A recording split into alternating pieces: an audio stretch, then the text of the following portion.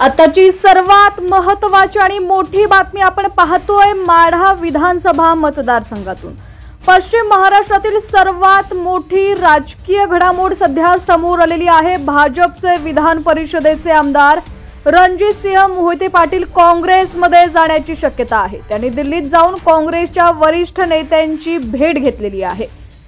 बातमी सविस्तर पाहूया त्याआधी तुम्ही HPN मराठी न्यूज चॅनल पहिल्यांदाच पाहत असाल आणि अजूनही चॅनलला सबस्क्राइब केलं नसेल तर नक्की सबस्क्राइब करा, जेणेकरून आमचे विधानसभेचे आणि राजकीय सर्व अपडेट्स तुमच्यापर्यंत लवकरात लवकर पोहोचतील।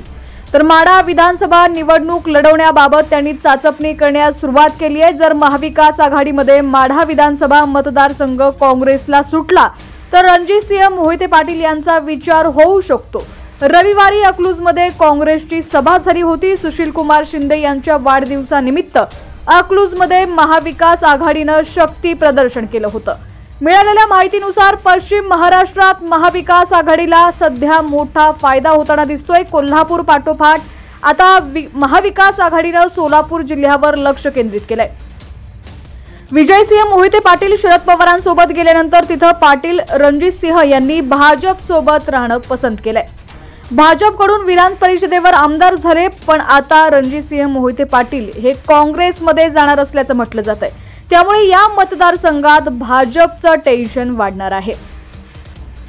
रणजितसिंह मोहिते पाटील यांनी रविवारी सुशील कुमार शिंदे यांच्या वाढदिवसाच्या मेळाव्याच्या निमित्तानं अकलूजमध्ये आयोजित करण्यात आलेल्या कार्यक्रमाच्या व्यासपीठावरती ते दिसून आले होते। यावेळी भाषण करताना सोलापूर जिल्ह्याच्या विकासासाठी जी तडजोड करता येईल ती मी करायला तयार आहे असं ते बोलले। त्यामुळे रणजितसिंह मोहिते पाटील परिवार हे पूर्णपणे महाविकास आघाडीच्या बाजूने असल्याची चर्चा आहे। जिल्ह्यात सोलापूरचा खासदार आणि माढ्याचा खासदार महाविकास आघाडीचा असल्यामुळे महाविकास आघाडीच्या कार्यकर्त्यांमध्ये उत्साहाचं वातावरण पाहायला मिळत आहे।